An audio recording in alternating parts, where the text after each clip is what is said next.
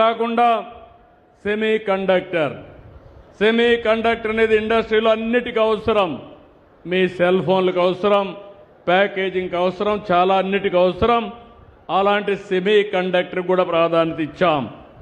ఇది కాకుండా ఇంకో పక్క చూస్తే ఏరోస్పేస్ అంటే విమానాలు తయారు చేయడం, హెలికాప్టర్లు తయారు చేయడం, అవి చాలా తక్కువ ఉన్నాయి, దానికి కూడా వెళ్తున్నాం.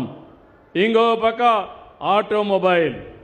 మీరు మొన్న చూస్తే ఒక బ్యాక్వర్డ్ ఏరియా అనంతపురం, అక్కడ కియా మోటార్ను తీసుకొచ్చాం. ఈరోజు ఆ ప్రాంతం మారే పరిస్థితి వచ్చింది. భవిష్యత్తులో అందరూ కార్లు కొనుక్కోవాలని చెప్పి కోరుకుంటున్నా. మీరు కార్లు కొనుక్కోవాలి కానీ అది కూడా ఎలక్ట్రికల్ కార్లే కొనుక్కోవాలి. అది కూడా మీ ఇంట్లో కరెంటు ఉత్పత్తి చేసి ఆ కరెంటే మీరు వాడుకునే పరిస్థితి రావాలి. ఈ రోజులు ఎంతో దూరం లేవు. అలాంటి ఆటోమొబైల్కి కూడా ముందుకు పోతాం. ఇంకో పక్క ఎలక్ట్రానిక్స్. ఈరోజు సెల్ ఫోన్లు వచ్చాయి. ఒకప్పుడు నన్ను ఎగతాళి చేశారు సెల్ ఫోన్ అంటే. ఈరోజు నేను అడుగుతున్నా, అందరికీ సెల్ ఫోన్లు ఉన్నాయా లేదా తమ్ముళ్ళు అని అడుగుతున్నా. ఈరోజు అందరికీ సెల్ ఫోన్లు వచ్చాయి. భార్య భర్తకు సెల్ ఫోన్లు ఉన్నాయి. చిన్నపిల్లలు కూడా సెల్ ఫోన్తోనే పుట్టారు. ఇప్పుడు సెల్ ఫోన్ లేకపోతే వాళ్ళు కూడా ఉండే పరిస్థితిలో లేరు. అలాంటి ఒక నిత్యావసర వస్తువుగా సెల్ ఫోన్లు తయారైంది. సెల్ ఫోన్లు కానీ కరెక్ట్గా పెట్టుకోగలిగితే ఏ పనైనా చేసుకునే అవకాశాలు వస్తాయని చెప్పి కూడా నేను మీకు తెలియజేస్తున్నా. ఇలాంటి లేటెస్ట్ టెక్నాలజీస్ ఏ ఉన్నాయో అన్నీ తీసుకొస్తాం. ఆంధ్రప్రదేశ్ని హైటెక్ ఇండస్ట్రీకి ఒక హబ్గా తయారు చేస్తాం. కడాన రోబోటిక్స్ కూడా వెళ్తాం. కొన్ని దేశాల్లో మనుషులు లేరు. మందు కావాలంటే ఎవరు ఇవ్వాలంటే రోబోటిక్ చెప్తే మెషిన్ తీసుకొచ్చి ఇస్తుంది. అది కూడా మనిషి మారిగానే ఉంటుంది. ఇప్పుడు అలాంటి కొత్త ఇండస్ట్రీస్ అన్నీ కూడా వచ్చే అవకాశం ఉంటుంది. దానికి కూడా ముందుకు పోతామని చెప్పి కూడా నేను మీకు తెలియజేస్తున్నాను. ఇంకో పక్క మన రాష్ట్రంలో పెద్ద కంపెనీలు వచ్చాయి. BPCL వచ్చింది, రిలయన్స్ వచ్చింది, గూగుల్, TCS, RCR మిత్తల్ లాంటి కంపెనీలు వచ్చాయి. లూలు ఫుడ్ ప్రాసెసింగ్లో వాళ్ళు కూడా వచ్చే పరిస్థితికి వచ్చారు. నేషనల్ లెవెల్లో ఇంపార్టెంట్ కంపెనీలన్నీ, ప్రపంచ స్థాయిలో ఉండే ఇంపార్టెంట్ కంపెనీస్ అన్నీ మన రాష్ట్రానికి వచ్చే పరిస్థితికి వస్తూ ఉంది. 17 నెలలు 12 సార్లు SIPB పెట్టాం. 8,70,000 కోట్ల రూపాయలు ప్రాజెక్టులు, 8,40,000 మంది ఉద్యోగాల కోసం క్లియర్ చేశాం. నేను దీంతో తృప్తి పడడం లేదు. రేపు విశాఖపట్నంలో 14, 15 భాగస్వామ్య సదస్సు పెడుతున్నాం. Confederation of Indian industry, government of ఇండియాలో కామర్స్ డిపార్ట్మెంటు మనము కలిసి సమావేశాన్ని ఏర్పాటు చేస్తున్నాం. 50 దేశాల నుంచి ప్రతినిధులు వస్తున్నారు. 532 మంది వస్తున్నారు. దగ్గర ఈ 2 రోజుల్లో 9 నుంచి 10 లక్షల కోట్ల రూపాయలు మళ్ళీ MOUలు చేసుకోబోతున్నాం.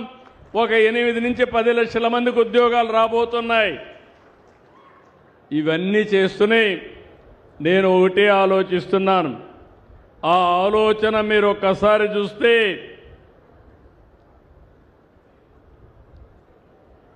One family one entrepreneur. ఒకప్పుడు నేను ఒక మాట చెప్పాను మీకు, ఇదే మాదిరిగా ఉపన్యాసాలు ఇస్తూ, ఒక కుటుంబంలో ఒక IT ఉండాలని కోరుకున్నాను. నా మాట నమ్మి చదివించారు. చదివించిన కుటుంబాలు బాగుపడ్డాయి. ఇప్పుడే ఇక్కడ ఇంజనీరింగ్ చదివాడు. అతను ఇంజనీర్ చేశాడంటే ఆ రోజు నేను తీసుకొచ్చిన ఇంజనీరింగ్ కాలేజీలే కారణమని మీ అందరికీ విజ్ఞప్తి చేస్తున్నా.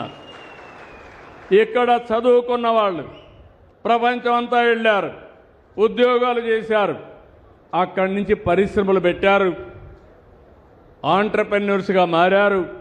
ఈరోజు నేను గర్వంగా చెప్పగలుగుతున్నా, అమెరికాలో ఉండే అమెరికన్స్ కంటే, లండన్లో ఉండే బ్రిటిష్ పీపుల్ కంటే, ఆస్ట్రేలియాలో ఉండే ఆ దేశస్తుల కంటే ఎక్కువ తలసరి ఆదాయం సంపాదించే ఏకైక జాతి తెలుగు జాతి అని మీ అందరికీ విజ్ఞప్తి చేస్తున్నా.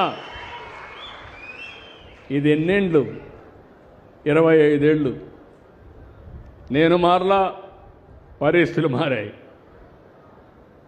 ఆ రోజు నేను అనుకోకపోతే జరిగేదా అని మిమ్మల్ని అడుగుతున్నా. ఇప్పుడు అదే ఆలోచిస్తున్నా. అలాంటి వాతావరణాన్ని ఇప్పుడు ఇక్కడ తీసుకురావాలి.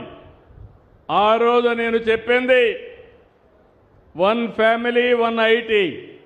ఈరోజు నేను చెప్పేది 1 ఫ్యామిలీ 1 పారిశ్రామికవేత్త. ఆ రోజు నేను మాట్లాడింది ఐటీ, ఈరోజు మీకు చెప్పేది ఏఐ.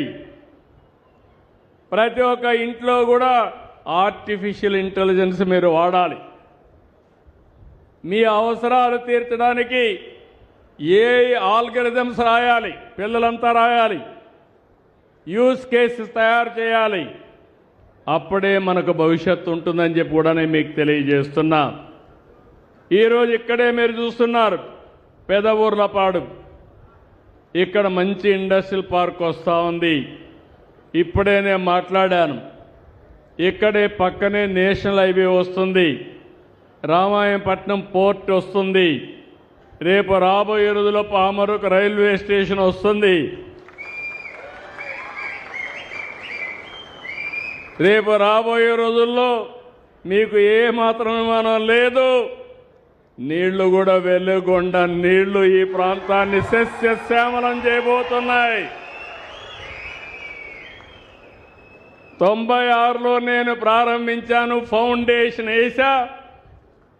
2026కు మీకు నీళ్ళు ఇచ్చే బాధ్యత నాది.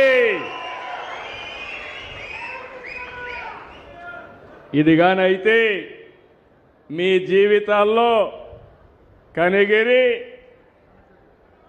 కనక పట్టణమే అవుతుంది.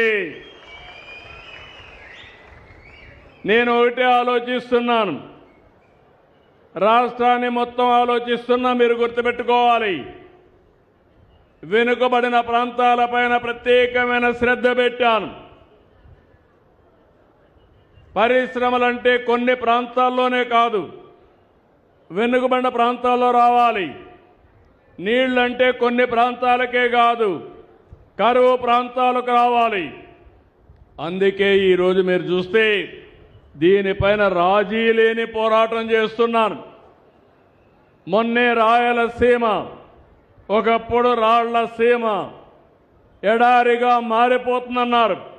ఈరోజు నేను ధైర్యంగా చెప్తున్నా, రాయలసీమ రాళ్ల సీమ కాదు, రతనాల సీమని మరొక్కసారి విజ్ఞప్తి చేస్తున్నా. ఎప్పుడు కూడా మార్కాపురం ఏరియా, కనిగిరి, మార్కాపురం, గిద్దలూరు, వెలుగొండపాలెం ఇవన్నీ కూడా కరువు ప్రాంతాలు, నీళ్ళే ఉండేటివి కాదు. నేను వస్తే ఒకే మాట అడిగారు, సార్ మీరు ఏం చేస్తారో మాకు నీళ్ళు ఇవ్వండి, శ్రీశైలం నుంచి నీళ్లు తెమ్మని అడిగారు. నేను అన్నా సాధ్యమా అన్న అప్పట్లో. సాధ్యమా అంటే లేదు సార్, ఎప్పుడో ఒకసారి మీరు ఉన్న నీళ్లు కొన్నన్నా ఇవ్వండి, 5 ఏళ్లకు ఒకసారి ఇవ్వండి, మాకు కరువు లేకుండా బతికే అవకాశం ఉంటుంది, లేకుంటే తాగేదానికి నీళ్లు ఎడారిగా మారిపోతుందంటే ఆ రోజు నేను ఫౌండేషన్ వేసా. నేనే కానీ 19లో కంటిన్యూ అయి ఉంటే 20కి మీకు నీళ్లు వచ్చేటివి.